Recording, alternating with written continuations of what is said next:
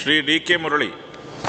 Sir, PWD രംഗത്ത് ബഹുമാനപ്പെട്ട മന്ത്രിയുടെ നേതൃത്വത്തിൽ നടക്കുന്ന സുദീർഘമായ പ്രവർത്തനങ്ങളെ ഞാൻ അഭിനന്ദിക്കുകയാണ്.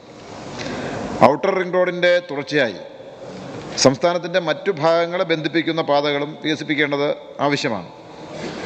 NH 744 കൊല്ലം ചെങ്കോട്ട എറണാകുളം ബൈപ്പാസ് എന്നീ പദ്ധതികൾ ഒക്കെ അതിൻ്റെ പുരോഗതിയും ആ പദ്ധതികളുടെ വിശദാംശങ്ങളും എന്താണ് എന്നറിയാൻ താല്പര്യമുണ്ട്.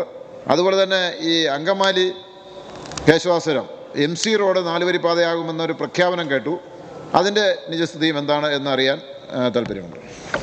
മിനിസ്റ്റർ സർ, ഇതിൻ്റെ ഭാഗമായി ഇതിനോട് ബന്ധിപ്പിക്കുന്ന പാതകളും വികസിപ്പിക്കേണ്ടതുണ്ട്. അത് നിരവധി പദ്ധതികൾ ഇതുമായി ബന്ധപ്പെട്ട് സംസ്ഥാന സർക്കാർ തന്നെ ചർച്ച ചെയ്തിട്ടുണ്ട്. NH 744 കൊല്ലം ചെങ്കോട്ട എറണാകുളം ബൈപ്പാസ് ഇത് യാഥാർത്ഥ്യമാക്കുന്നതിനുള്ള നടപടികൾ സ്വീകരിച്ചു വരുന്നു.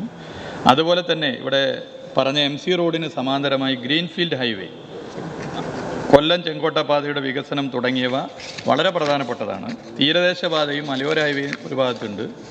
കൊല്ലം ചെങ്കോട്ട പാത വികസനവും എറണാകുളം ബൈപ്പാസ് വികസനവും സാധ്യമാക്കാനുള്ള ഇടപെടലുകൾ നടത്തുന്നത് പോലെ തന്നെ ഈ പദ്ധതികളൊക്കെ മുന്നോട്ട് കൊണ്ടുപോകാനാണ് ഇടപെടുന്നത്.